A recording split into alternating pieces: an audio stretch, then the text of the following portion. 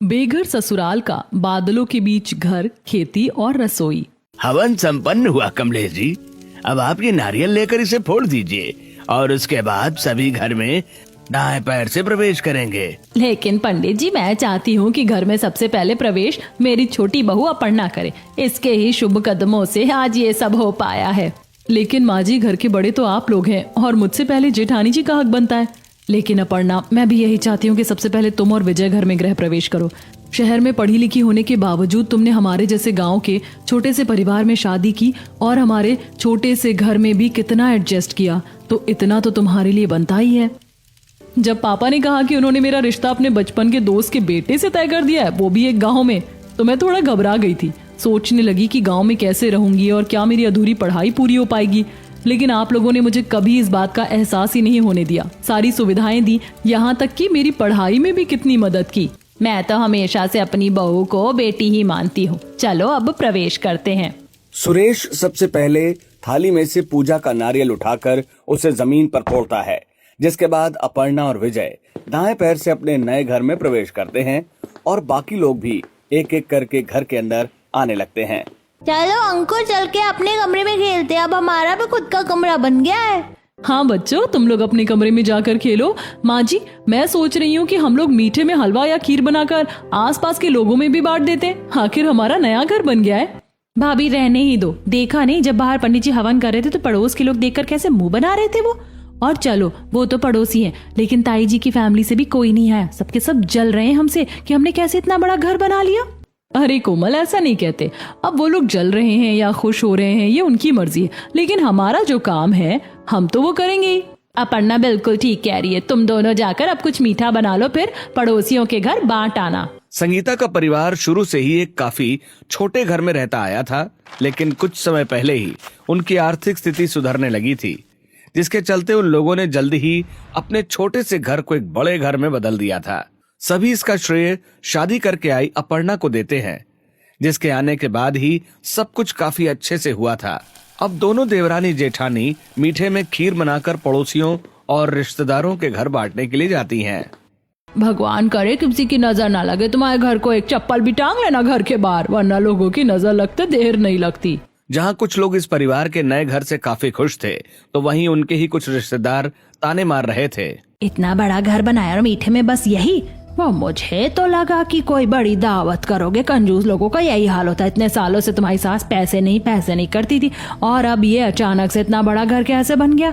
अब वो खैर छोड़ो, मैं तो खुश हूँ तुम्हारे लिए। जरूर 2 नंबर का पैसा होगा, वरना इतनी जल्दी तरक्की किसकी होती है।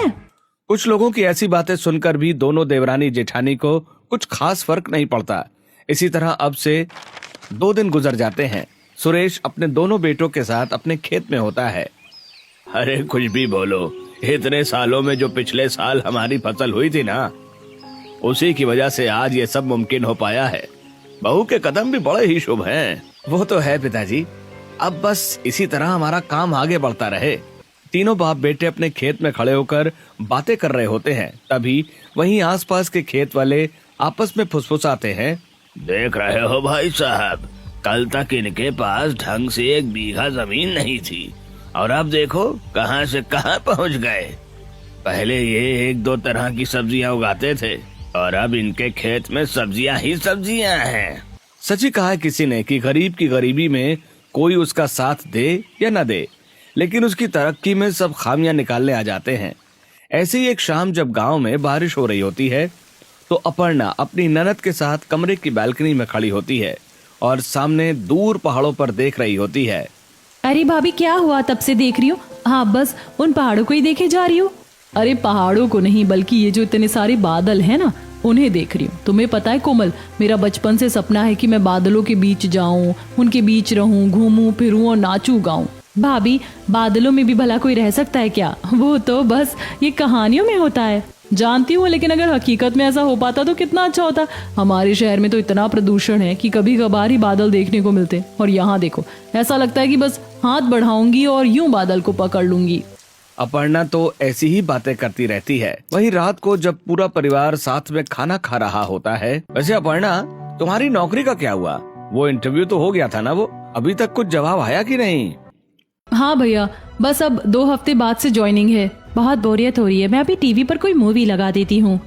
कोमल जैसी टीवी ऑन करती है तो न्यूज चैनल में दिखाते हैं कि आसपास के कई इलाकों में, खास करके पहाड़ी इलाकों में भारी बाढ़ आ गई है। सुबह अखबार में भी पढ़ा था मैंने, पहाड़ी इलाकों में काफी बाढ़ आ रही है। पता नहीं कितने परिवार वाले एक दूसरे से बिछड़ गए, जानवर पानी में तिनके की तरह बहते जा रहे हैं और घर तो बिल्कुल मिट्टी के ढेर बन गए हैं। बस हमारे आसपास की जगहों पर ऐसी परेशानी ना आए और जहाँ आई है वहाँ भी जल्दी सब कुछ ठीक हो जाए। भारी बारिश की वजह से कई इलाकों में बाढ़ आई थी, जिससे सभी घर वाले काफी परेशान होते हैं। वहीं उसी रात जब अपर्णा सो रही होती है तो मुझे तो यकीन ही नहीं हो रहा कि ये सब सच है। मैं बादलों की रानी हूँ, मैं इन पर चल सकती हूँ, कूद सकती हूँ। ये बादलों से बना महल, सब कुछ मेरा है। अपर्णा सपने में बादलों पर चल रही थी, यहाँ तक कि बादलों पर बने झूले पर झूल भी रही थी। सुबह होने के साथ साथ अपर्णा का ये प्यारा सा सपना टूट जाता है। अगले दिन अपर्णा अपने उस सपने को याद कर काफी मुस्कुरा रही होती है। क्या बात है अपर्णा, सुबह से देख रहा हूँ चेहरे पर अलग ही मुस्कान है। बहुत प्यारा सपना देखा था कि मैं बादलों पर चल रही हूँ, झूल रही हूँ। पता है, मेरा बचपन से सपना है कि मैं एक बार सच में बादलों को छू सकूं, लेकिन जानती हूँ ये कभी पूरा नहीं होगा। क्यों पूरा नहीं होगा? वो मैं तुम्हें एक ऐसी जगह ले चलता हूँ जहाँ तुम अपना ये सपना पूरा कर सकती हो। सच में? क्या तुम मुझे ऐसी जगह ले चलोगे? थोड़ी देर में विजय और अपर्णा घर से निकलते हैं। काफी देर चलने के बाद विजय अपर्णा को पहाड़ों की तरफ ले जाता है, जिस पर चलते चलते बेचारी अपर्णा का हाल बेहाल हो जाता है। घुमाने लाए थे या चढ़ाई करवाने? यहाँ तो सांस फूल गई है मेरी, अब और नहीं चला जा रहा। अरे बाबा, बस अब थोड़ी दूर और चलना है, फिर तुम देखना, तुम्हारे लिए एक बहुत प्यारा सा सरप्राइज है। विजय अपर्णा का हाथ पकड़ता है और उसे सीधा उन पहाड़ों के ऊपर ले जाता है, जहाँ का नजारा देख अपर्णा को अपनी आंखों पर यकीन ही नहीं होता। चारों तरफ बस ढेर सारे बादल ही बादल थे, जिन्हें देखकर विजय, मैं सच में बादलों के बीच हूँ क्या? वो यहाँ कितने सारे बादल हैं और मैं इन्हें छू भी पा रही हूँ। अपर्णा को इतना खुश देखकर विजय भी काफी खुश होता है। कितना अच्छा होता ना कि मैं यहाँ बादलों में रह पाती। चारों तरफ बस बादल ही बादल, सिर के ऊपर बादल, पैरों के नीचे बादल। ऐसी बातें सुनकर विजय हंसने लगता है। काफी देर ऊपर रहने के बाद दोनों पति पत्नी नीचे आ जाते हैं। वहीं आज अपर्णा गांव की एक बात नोटिस करती है। गांव की तरफ तो काफी सारी नदियां आती हैं। तुम्हें नहीं लगता कि हमारे गांव में ज्यादातर जगह बाढ़ बांध न होने की वजह से आती है? जब ज्यादा बारिश की वजह से नदी का जलस्तर बढ़ जाता है, तभी तो बाढ़ की आशंका भी बढ़ जाती है। लेकिन ये सब तो सरकार का काम है, इसमें हम आम जनता क्या कर सकते हैं? वो तो है, लेकिन अगर हम इस बारे में सरपंच जी से बात करेंगे तो शायद कुछ हल निकल आए। अगले दिन ही अपर्णा और विजय गांव के सरपंच रंजीत के घर जाते हैं और जब वो उन्हें बांध के बारे में बताते हैं, आप लोग फिक्र मत कीजिए, मैंने सरकार से इस बारे में बात की है। फिर तो काफी अच्छा है, इससे हमारे गांव में बाढ़ आने के खतरे बिल्कुल ना के बराबर हो जाएंगे। सरपंच की बात सुनकर अपर्णा और विजय काफी खुश होते हैं। इसी तरह 1 से 2 हफ्ते गुजर जाते हैं। तुम छत से कपड़े ले आई थी ना, और अचार की बरनी भी। काफी देर से बारिश हो रही है। माँ जी, वो तो मैं सुबह ही उठा कर ले आई थी, पता नहीं और कितनी देर बारिश होगी। आज ये लोग भी खेत नहीं जा पाए। 1 से 2 दिन हो जाते हैं, लेकिन गांव में बारिश रुकने का नाम ही नहीं ले रही थी, जिससे परेशान होकर पता नहीं है बारिश कब रुकेगी, कहीं हमारे गांव में भी तो बाढ़ नहीं आने वाली है। अरे शुभ शुभ बोलिए, अगर बाढ़ आ गई तो कल को हम कहाँ जाएंगे? और अभी तो भगवान की कृपा से हमारे घर को बने हुए ठीक से 1 महीना भी नहीं हुआ। सभी लोग लगातार हो रही बारिश को लेकर काफी परेशान हो रहे होते हैं। रात का वक्त होता है, सुबह के तकरीबन 4 बज रहे होते हैं और पूरा परिवार गहरी नींद में सोया होता है कि तभी दरवाजे पर दस्तक होती है, जिसकी आवाज से अपर्णा एकदम से उठती है। अरे इस वक्त दरवाजे पर कौन है? अपर्णा जैसी नींद से उठकर बिस्तर के नीचे अपना पैर रखती है तो उसे कुछ गीला गीला महसूस होता है। जब अपर्णा ढंग से अपनी आंखें खोलती है तो देखती है कि उसके पूरे कमरे में पानी भर आया है। हे भगवान, कमरे में पानी कैसे भर गया? वो बाथरूम का नल खुला रह गया था क्या? अपर्णा जल्दी से विजय को उठाती है। अब दोनों देखते हैं कि सिर्फ कमरे में ही नहीं बल्कि पूरे घर में पानी भर गया है। पति पत्नी जल्दी से घर वालों को उठाते हैं और जैसे ही दरवाजा खोलते हैं तो देखते हैं कि दरवाजे पर उनका पड़ोसी श्याम खड़ा है। अरे कब से दरवाजा खटखटा रहा हूँ, भारी बारिश की वजह से हमारे गांव में भी बाढ़ का पानी आने लगा है, सबके घरों में पानी भर गया है। हे भगवान, ये क्या हो गया? अब क्या करें हम? जल्दी से सारा जरूरी सामान और हमारी गाय बकरियों को लेकर ऊपर चलते हैं। वो भी कब से बेचारी पानी में भीग रही होंगी। सभी घरवाले जल्दी से अपना जरूरी सामान और थोड़ा बहुत राशन पानी लेकर अपनी गाय और बकरियों के साथ सीधा छत पर बने कमरे में पहुंच जाते हैं। तुम लोग घबराओ मत, ज्यादा पानी नहीं है। जैसे ही बारिश कम होगी, बाढ़ का पानी भी अपने आप कम होने लगेगा। ऊपर रहते हुए पूरे परिवार को 2 दिन हो जाते हैं, लेकिन न तो बारिश थमती है और न ही बाढ़ का पानी कम होता है। पानी तो पहले से भी काफी बढ़ गया है। क्या करें क्या ना करें। कुछ लोग तो गांव छोड़कर भी चले गए हैं, लेकिन हम कहां जाएं? विजय की बातों से परेशान होकर सतीश कमरे से बाहर आता है और देखता है कि उसके घर के आसपास जो बड़े बड़े पेड़ थे वो अब बाढ़ के पानी के बहाव की वजह से धीरे धीरे हिलने लगे हैं। ये देखकर सतीश सीधा कमरे में आता है। वो पेड़ तो काफी हिल रहे हैं। अगर ऐसी तूफानी हवाएं चलती रहीं और बाढ़ का पानी बढ़ता रहा तो वो पेड़ कहीं हमारे घर पर ही न गिर जाएं। अरे बेटा, शुभ शुभ बोल, कहीं ऐसा हुआ तो फिर हम कहां जाएंगे? सतीश की इस बात को कहे भी थोड़ी देर हुई थी कि तभी एक पेड़ सीधा उनकी छत पर आकर गिरता है, जिससे उनकी छत का एक कोना पूरी तरह से टूट जाता है। ये देख पूरा परिवार बिना कुछ सोचे समझे थोड़ा बहुत सामान लिए गाय और बकरियों के साथ सीधा घर के नीचे आ जाता है। तभी उन्हें सामने से रेस्क्यू टीम की एक नाव आती हुई दिखाई देती है। जल्दी से नाव में बैठ जाइए, बाढ़ का पानी और बढ़ने वाला है। गाय बकरियों को लेकर परिवार नाव में बैठकर वहां से निकल जाता है और देखते ही देखते बाढ़ का पानी उनके आशियाने को तबाह कर देता है। गांव के लगभग हर इंसान के खेत खराब हो चुके थे। इसी तरह से अब समय गुजरता है। धीरे धीरे बारिश कम होने लगती है और उसके साथ साथ बाढ़ का पानी भी उतर जाता है। सरकार के लोग आकर थोड़ा बहुत मुआवजा बांटते हैं। ये पैसे तो काफी कम है, इसमें तो क्या ही होगा हमारा। हमारे खेत घर सब कुछ तो बह गया है। बाढ़ आने से रोकना क्या सरकार के हाथ में है भाई? ये तो एक प्राकृतिक आपदा है। फिर भी सरकार ने आप लोगों को सहायता राशि दी है। मैं जितना जानती हूँ, जब भी कोई प्राकृतिक आपदा आती है जिससे लोगों का नुकसान होता है तो सरकार उन्हें काफी सहायता राशि देती है, और आप हमें सिर्फ 10,000 रुपए दे रहे हैं। अगर आपको ज्यादा ही जानकारी है तो सीधा सरकार के पास जाइए। उन थोड़े बहुत पैसों से परिवार का पूरा गुजारा हो पाना मुश्किल था, जिसके बाद वो सभी मनोरमा के घर मदद मांगने जाते हैं। अरे हमारे यहाँ तो खुद खाने के लाले पड़े हैं, तुम लोगों को क्या खिलाएंगे? मनोरमा की ऐसी बातें सुनकर पूरा परिवार काफी निराश हो जाता है। तभी गांव में रहने वाला सुरेश का एक काफी पुराना दोस्त महेश उन्हें अपने घर में आसरा देता है। मेरे भी खेत बर्बाद हो गए हैं, लेकिन घर बच गया और थोड़ा बहुत राशन भी है। कुछ दिन तो तुम लोग यहाँ आराम से ही रह सकते हो। महेश मेरे दोस्त, तेरा ये एहसान मैं कभी भूल नहीं पाऊंगा। अगर आज तू नहीं होता तो हम गरीब कहाँ ही जाते।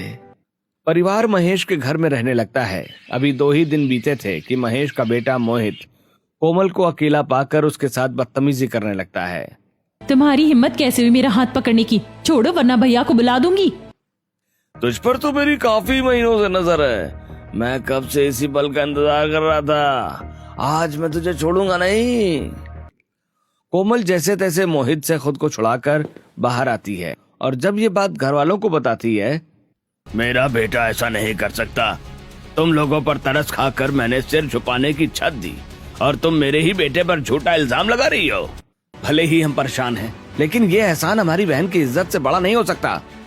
मम्मी पापा चलिए, अब हम इस घर में और नहीं रह सकते। सभी लोग फौरन महेश का घर छोड़कर बाहर आ जाते हैं। अब उनके पास कोई दूसरा रास्ता नहीं बचा था। अब हम कहाँ जाएं? बच्चों को लेकर कहाँ कहाँ भटकेंगे? कुछ समझ नहीं आ रहा। कोई सहारा देने वाला नहीं है हमारा। सब लोग काफी परेशान होते हैं। तभी अपर्णा की नजर सामने पहाड़ों और उनके आसपास घिरे बादलों पर जाती है। रेस्क्यू टीम की बातों से मुझे साफ समझ आ रहा था कि यहाँ दोबारा बाढ़ आने की आशंका है। ऐसे में नीचे रहना खतरनाक हो सकता है। मेरे ख्याल से हमें वहाँ ऊपर पहाड़ों पर जाना चाहिए। वहाँ ऊपर जाकर क्या करेंगे? वहाँ न रहने के लिए घर है, न खाने के लिए कोई साधन।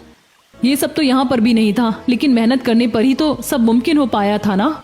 अपर्णा की बात सुनकर सभी लोग अपना थोड़ा बहुत सामान और सरकार के दिए पैसे से खरीदा हुआ राशन लेकर ऊपर पहाड़ों की तरफ चढ़ाई करने लगते हैं। मैं बहुत थक गई हूँ। पैर काफी दर्द कर रहे हैं, हम और नहीं चला जा रहा।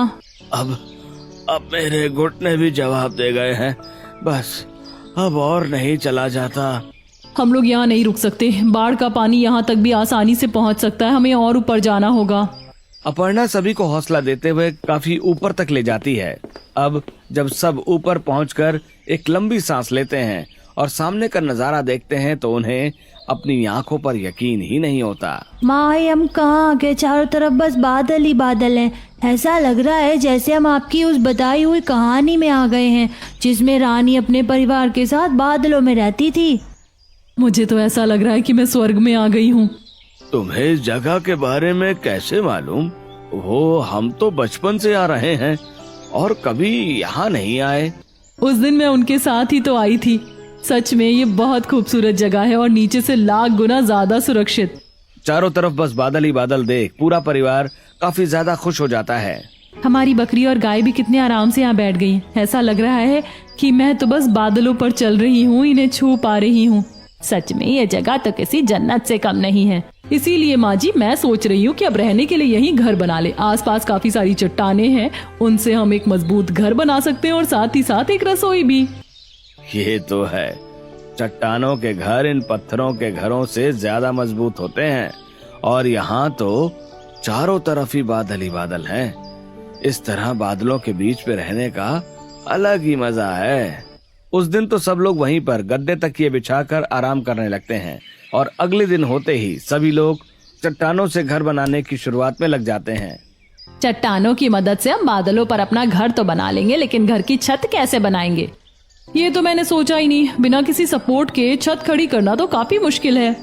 घर बनाते बनाते सभी को घर की छत की टेंशन होने लगती है कि तभी शीतल सामने से आते हुए, अरे मैं थोड़ा आगे की तरफ गई थी ना, तो वहाँ पर कुछ पेड़ हैं। अगर उनकी लकड़ी से हम कोई फट्टा तैयार करके इसके ऊपरी हिस्से को ढक देंगे तो छत अपने आप तैयार हो जाएगी। हाँ, ये सही है और इसमें ज्यादा मेहनत करने की भी जरूरत नहीं है। पहले चट्टानों की दीवारें, फिर लकड़ी का फट्टा तैयार कर आखिरकार इस बेघर परिवार का बादलों के बीच तो घर बनकर तैयार हो जाता है। तो वहीं अपर्णा घर के बगल में रसोई भी बना लेती है, जिससे वो चूल्हा बनाकर अब बादलों के बीच ही खाना बनाने लगती है। कोमल, मैंने कभी नहीं सोचा था कि इस तरह बादलों के बीच में मैं खाना बना पाऊंगी। ये बिल्कुल एक सपने जैसा लग रहा है। भाभी, अगर उस दिन आप कुछ और मांगती ना तो वो भी आपको मिल जाता। क्यों? सही कहा ना मैंने? अपर्णा ननद से बात करते हुए चूल्हे पर खाना बना लेती है और पूरा परिवार बादलों के बीच में ही बैठकर खाना खाता है और अब सभी अपने बादलों में बने हुए घर में आराम करने लगते हैं। इसी तरह 1 से 2 दिन गुजर जाते हैं और खाना बनाने के लिए सब्जी और राशन लगभग खत्म होने को आ जाता है। सब्जी और राशन बिल्कुल खत्म होने को आए हैं। गांव में तो 4 कदम पर ही दुकान से राशन मिल जाता था और सब्जियां तो अपने खेतों में ही होती थी, लेकिन अब इतना लंबा चढ़कर नीचे जाना पड़ेगा। अपने भाई को लेकर सीधा बादलों को छोड़ चट्टानों से उतरते हुए गांव में आता है, जहां पता चलता है कि बाढ़ की वजह से सब्जियों और राशन के दाम दुगने हो चुके हैं। 1 किलो आलू 80 रुपए के हैं। भगवान कसम, कितनी लूट मचा रखी है लोगों ने। ना के बराबर सामान लेकर दोनों भाई अब ऊपर आ जाते हैं और जब पूरी बात परिवार वालों को पता चलती है, अगर ऐसा ही रहा तो ये बचे खुचे पैसे भी जल्दी खत्म हो जाएंगे। फिर हम खाएंगे क्या? वो हमारी गाय और बकरी के लिए भी खाना नहीं बचेगा। पापा जी सही कह रहे हैं आप। क्यों ना हम एक काम करें, हम यहीं पर खेती करना शुरू कर दें। इससे कम से कम सब्जियों के पैसे तो बचेंगे। मामूली जमीन पर और ये बादलों के बीच में खेती करने में जमीन आसमान का फर्क है। माँ जी, यहाँ आगे की तरफ के जो पेड़ वगैरह हैं, वहाँ की जमीन उपजाऊ है तो वहाँ खेती कर सकते हैं। गाय के गोबर और सब्जियों के छिलके से हम खाद तैयार कर लेंगे और बाकी सब्जियों के बीज से हम अपनी खेती की शुरुआत कर सकते हैं। पैसों की कमी के चलते पूरे परिवार के पास कोई दूसरा रास्ता नहीं बचा था, जिसके चलते वो लोग पेड़ों के पास की जो जमीन थी सबसे पहले वहाँ खेती शुरू करते हैं। तो वहीं अपने घरेलू तरीके से बनी हुई खाद का इस्तेमाल कर उनमें बीज बो देते हैं और अब नीचे से लाया हुआ थोड़ा पानी भी अच्छे से खेतों में डाल देते हैं। अब कुछ समय तो इंतजार करना ही पड़ेगा, तब तक आधा आधा पेट ही खाना खाओ। अब कुछ दिन गुजर जाते हैं और जहां इस तरह बादलों के बीच में रहकर खेती करते हुए पूरा परिवार काफी खुशी खुशी रह रहा था, तो वहीं इन्हीं बादलों की वजह से आए दिन इन लोगों के साथ कोई ना कोई घटना भी होती रहती थी। बादल के कोहरे की वजह से कभी कभी तो कुछ दिखाई नहीं देता। ये दूसरी बार गिरी हूँ मैं। मेरा भी कुछ यही हाल है। कल तो मेरा पैर ही मुड़ गया था। बादलों की वजह से सामने का और नीचे का कुछ दिखाई नहीं देता। बादलों के कोहरे से बचने के लिए अब सभी लोग हाथों में लकड़ी की बनाई हुई लाठी लेकर चलते हैं, जिससे वो एक बार भी नहीं गिरते हैं। तो वहीं दूसरी तरफ गाय दूध देती है तो उसे सतीश एक अलग बर्तन में निकालकर इकट्ठा कर देता है, जिसे देख अरे आप ये दूध कहाँ अलग से इकट्ठा कर रहे हैं, वो भी इतना सारा? अरे मैं सोच रहा हूँ जब हमारी गाय दूध दे रही है तो क्यों ना हम इसे थोड़ा बहुत बेच दें। वो मैंने पता किया था, गांव में दूध के दाम भी काफी बढ़े हुए हैं। अगर मैं 10 रुपए कम में बेचूंगा तो हमारा ही फायदा है। अपने पिता सुरेश के साथ अब दूध लिए नीचे गांव की तरफ जाता है, जहां वो और दूध वालों के मुताबिक 20 रुपए कम में ही दूध बेचता है। मैं तो रोज आपसे ही दूध लूंगा। जब से गांव में बाढ़ आई है तब से सबकी हालत खराब चल रही है। खेतों में सब्जी उगाने तक अब यही कुछ चीजें इस परिवार के लिए सहारा बनी हुई थी। हर रोज की तरह दूध बेचकर सुरेश और सतीश आ रहे थे कि तभी अचानक सुरेश को जोड़ों में दर्द होने लगता है। बस बेटा, अब बहुत हुआ, अब तो चला भी नहीं जा रहा। रोज रोज इतनी चढ़ाई करके तो बाबा मैं भी थक गया हूँ, लेकिन क्या करें, चढ़ना तो पड़ेगा ही। हर रोज ऊपर से नीचे तक चढ़ाई करके सभी के घुटनों का बुरा हाल था। तो वहीं दूसरी तरफ खेतों में पर्याप्त पानी न मिल पाने के कारण सब्जियों की फसल काफी धीमी उग रही थी। अब आए दिन इन लोगों को नीचे से ऊपर पानी लेकर आना पड़ता था, और आज जब अपनी गाय के साथ लोग ऊपर पानी ला रहे होते हैं तभी गाय का बैलेंस बिगड़ता है और वो गिर जाती है, जिससे उसके पैरों में चोट आ जाती है। बड़ी मुश्किल से सब लोग वहीं बादलों के बीच में ही कुछ औषधियों को ढूंढ गाय के पैर पर मरहम बनाकर लगाते हैं। पानी लाने के लिए हम अपनी बेचारी गाय का इस्तेमाल नहीं कर सकते, और ना ही हमारे अंदर इतनी ताकत है कि हम लोग बाल्टियों से पानी ला सकें। बाढ़ से बचने के लिए ऊपर आए तो यहाँ इन बादलों में आकर तो बस परेशानी ही परेशानी मिली है। सभी लोग पानी की वजह से काफी परेशान होते हैं। तो वहीं उसी शाम अचानक मौसम बदलता है और बारिश शुरू हो जाती है, जिसे देख अपर्णा, अभी तो बारिश का पानी सीधा खेतों में पड़ रहा है, लेकिन अगर हम इसी बारिश के पानी को स्टोर करके रखें तो आगे ये खेती और हमारे लिए भी काम आ सकता है। भाभी बिल्कुल ठीक कह रही हैं, कम से कम थोड़ी भागदौड़ तो बचेगी। बादलों में रहने और खेती करने के साथ साथ अब वो लोग बारिश का पानी भी इकट्ठा करना शुरू कर देते हैं, और इसी तरह दिन गुजरने लगते हैं। आज तो बारिश रुकने का नाम ही नहीं ले रही। लगता है रात तक होती रहेगी बारिश। मम्मी जी, मुझे भी ऐसा ही लग रहा है। सोचा था कपड़े धोकर सुखा दूंगी, लेकिन अब लग रहा है कि हफ्ते भर के कपड़े साथ ही धोने पड़ेंगे। बाहर हो रही भारी बारिश की वजह से सभी लोग अपनी गाय और बकरी को लेकर घर के अंदर ही बैठे होते हैं। तभी अचानक आसमान में तेज बिजली कड़कती है, जो सीधा सामने के पहाड़ पर ही गिर जाती है। बिजली की वजह से देखते देखते उस पहाड़ के काफी टुकड़े हो जाते हैं। वहीं इतनी तेज भयानक आवाज सुनकर जब सतीश और विजय बाहर आकर देखते हैं तो मुझे तो सचमुच बहुत डर लग रहा है। यहाँ रहना सच में खतरे से खाली नहीं है, क्योंकि बादलों के बीच कभी भी कोई घटना हो सकती है। लेकिन भैया, अब जब तक कोई सहारा नहीं मिल जाता तब तक यहीं रहना पड़ेगा। ऐसे खतरनाक नजारे को देखने के बावजूद भी उस पूरे परिवार को बादलों पर ही अपना घर बसाए रखना पड़ता है। तो भैया, समय बीतने के साथ साथ उनके खेत में सब्जियों की पैदावार शुरू हो जाती है।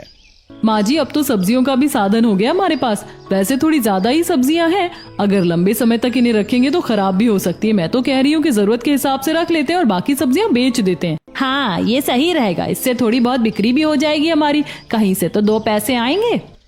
अपनी लगाई हुई बादलों के बीच की खेत की सब्जियों का इस्तेमाल करते हुए बची हुई सब्जियों को वो लोग नीचे की तरफ ले जाकर बेचना भी शुरू कर देते हैं।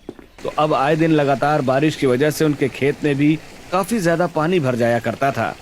हर रोज खेत में इतना पानी जा रहा है, ऐसे तो हमारी सब्जियां खराब हो जाएंगी। मेरे पास एक जुगाड़ है, अगर सही रहा तो हमारी सब्जियां खराब नहीं होंगी। सभी लोग बारिश के बंद होने का इंतजार करते हैं, जिसके बाद सतीश विजय के साथ मिलकर अपने बादलों की उस खेती के चारों तरफ बॉर्डर पर छोटे बड़े चट्टान और साथ ही गीली मिट्टी का इस्तेमाल कर उन्हें अच्छे से खेत का बॉर्डर बनाकर लगा देता है। तो वहीं अब चारों तरफ खेत के बड़े बड़े डंडे खड़े कर उसके ऊपर तिरपाल भी डाल देता है, जिससे बारिश का पानी अब सीधा खेतों में बिल्कुल ना के बराबर जा रहा होता है। चलो कुछ तो जुगाड़ सही रहा, अब बस जैसे तैसे करके दिन गुजर जाएं। जहाँ बादलों के बीच में रहकर सभी को स्वर्ग जैसा महसूस होता है, तो वहीं कभी कभी इन बादलों की वजह से उन्हें अलग अलग तरह की परेशानियों का भी सामना करना पड़ता है। ये देखना, थोड़े बहुत जो कपड़े सुखाए थे वो बादल की नमी की वजह से गीले हो गए। हर तरफ कितनी नमी रहती है, ऐसे तो ज्यादा नमी में रहने की वजह से हमारी तबीयत भी खराब हो सकती है। बादलों की नमी की वजह से आए दिन कभी खाना तो आए दिन किसी न किसी की तबीयत खराब ही रहती है। ऐसे ही समय गुजरता है और आज अंकुर और सिया अपने हाथों में कुछ फल लेकर आते हैं। मम्मी देखो, हम जहाँ पर काफी सारे पेड़ है ना, जंगल के इलाके की तरफ गए थे, वहाँ पर हमें ये कुछ फल दिखे। अरे बेटा, ये तो पहाड़ी फल है। इनके बारे में मैंने किताबों में काफी पढ़ा था। ये बहुत अच्छे होते हैं खाने में। हमने भी खाए थे, हमें अच्छे लगे, इसीलिए हम आप लोगों के लिए भी ले आए।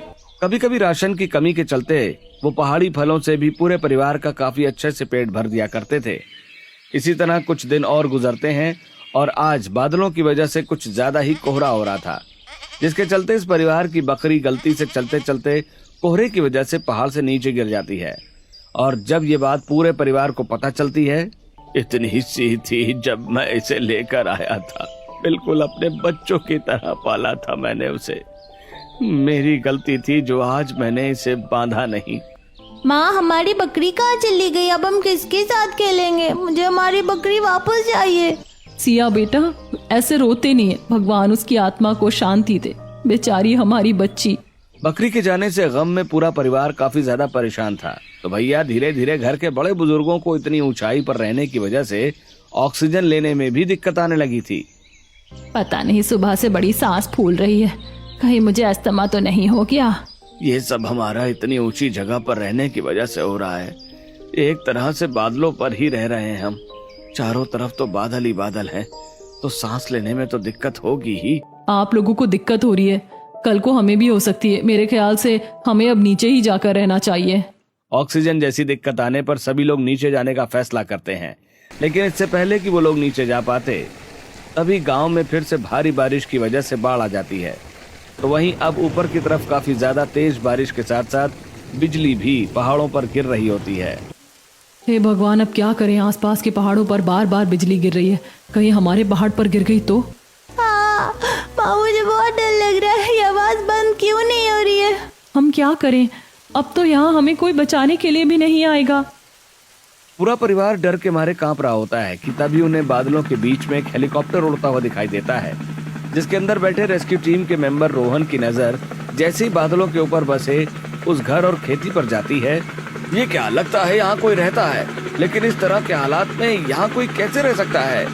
रोहन जल्दी से वहाँ हेलीकॉप्टर लैंड करवाता है, जिसके बाद अब जैसे ही रोहन उस घर के अंदर जाता है, आप लोग यहाँ पर इस तरह क्यों रह रहे हैं? चारों तरफ बिजली गिर रही है, यहाँ रहना खतरे से खाली नहीं है, आप लोग चलिए मेरे साथ। वो उस पूरे परिवार और उसकी गाय को जैसे तैसे हेलीकॉप्टर में एडजस्ट करता है और अब उनको एक सुरक्षित जगह लेकर जाता है, जहाँ पहले से ही काफी लोग मौजूद होते हैं।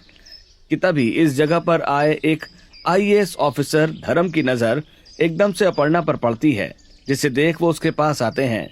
अरे अपर्णा, तुम तो वही हो ना जिसका मेरे सामने PCS का इंटरव्यू हुआ था, और वो भी काफी अच्छे से तुमने अपना इंटरव्यू दिया था। सर आप? हाँ सर, मैं वही हूँ। अपर्णा जिस जॉब की बात कर रही थी वो PCS की जॉब थी। IAS ऑफिसर धर्म एक बार में ही अपर्णा को पहचान लेते हैं और अब अपर्णा उन्हें पूरी कहानी बताती है। आप लोगों ने तो सच में काफी स्ट्रगल किया, लेकिन अपर्णा, जब तुम्हारा इंटरव्यू क्लियर हो चुका था और 2 हफ्ते बाद तुम्हारी ज्वाइनिंग थी, तो तुमने ज्वाइन क्यों नहीं किया? तुम्हें तुम्हारा ज्वाइनिंग लेटर नहीं मिला क्या? ज्वाइनिंग के लिए लैपटॉप पर मेल आती, इससे पहले बाढ़ आ चुकी थी और हमारा सारा इलेक्ट्रॉनिक सामान भी खराब हो गया था, और फिर हालात ऐसे हुए कि कुछ समझ ही नहीं आया। कोई बात नहीं, तुमने बहुत स्ट्रगल किया है, तुम परेशान मत हो। मैं आगे सीनियर से बात करता हूँ, तुम्हें जल्द से जल्द तुम्हारी पोस्ट पर ज्वाइन करवाया जाएगा। कुछ दिनों तक पूरा परिवार रेस्क्यू शेल्टर में ही रहता है। तो वहीं धर्म सीनियर ऑफिसर से बात करके अपर्णा को उसकी पोस्ट दिलवा देता है और साथ ही साथ गवर्नमेंट की तरफ से उन्हें एक सरकारी घर भी मिलता है। और आज ऑफिस में उस गांव में बाढ़ आने के कोई चांसेस नहीं थे, अगर वहां समय पर बांध बन जाता। पता नहीं सरकार ने हमारे गांव के सरपंच की अपील क्यों नहीं सुनी। तुम्हारी बात सुनकर मैंने इस पर रिसर्च किया था और मुझे पता चला कि सरपंच को पैसे दिए गए थे, लेकिन उसने इस काम को आगे नहीं बढ़ाया। लगता है वो पैसे खा गया। आखिरकार कोई इंसान ऐसा विश्वासघात कैसे कर सकता है? उसकी वजह से कितने लोगों का नुकसान हुआ। कई लोग अपने परिवार वालों से बिछड़ गए। गांव अब तक ठीक से संभल नहीं पाया है। मैं उसे छोड़ूंगी नहीं। अपर्णा पुलिस ऑफिसर के साथ अगले दिन सरपंच के घर पहुंचती है, जहां वो सभी लोग गांव वालों को सरपंच की सच्चाई बताते हुए उसे गिरफ्तार करवाती है। इसी सरपंच की वजह से ये सब कुछ हुआ है। सिर्फ पैसों के लालच में आकर इसने पता नहीं कितने परिवार वालों के घर उजाड़ दिए। लेकिन आप चिंता मत करिए, सरकार से बात हुई है मेरी और अब वो यहाँ जल्द से जल्द बांध बनाने की व्यवस्था करेंगे। ऐसे ही जल्दी ही गांव में बांध बनने की शुरुआत हो जाती है, जिससे अब गांव में बाढ़ आना बिल्कुल नामुमकिन हो गया था। तो वहीं अब गांव के वो लोग जो अपर्णा और उसके परिवार से चिढ़ते थे, अब वही उसके आगे पीछे डोलते हैं। अपर्णा बहू, हमें माफ कर देना। तुम्हें जब जरूरत थी तब हमने तुम्हारी मदद नहीं करी और अब तुम गांव वालों के लिए इतना कर रही हो। मुझे समझ नहीं आ रहा कि मैं किस मुंह से तुमसे माफी मांगू। आपने जो भी किया, लेकिन ये तो मेरा फर्ज है। मैं सिर्फ आपकी नहीं बल्कि सारे गांव वालों की मदद करी हूँ। और बस आप लोगों से मेरी यही विनती है कि जब भी कोई ऐसी मुसीबत आए तो लोगों को जितनी हो सके बढ़ चढ़ कर मदद करिए। अगर नहीं कर सकते हैं तो उन्हें ताने तो मत दीजिए। क्या पता कब कौन सा वक्त बदल जाए। उन सभी का मुंह बंद हो जाता है। तो वहीं कुछ महीनों में अब बांध का काम भी पूरा हो जाता है, जिससे अब चाहे कितनी भी तेज बारिश क्यों ना हो, गांव में बाढ़ नहीं आती। तो वहीं अपर्णा भी अपने परिवार के साथ एक नई जिंदगी की शुरुआत करती है और अब वो अपने परिवार के साथ खुशी खुशी रहते हैं।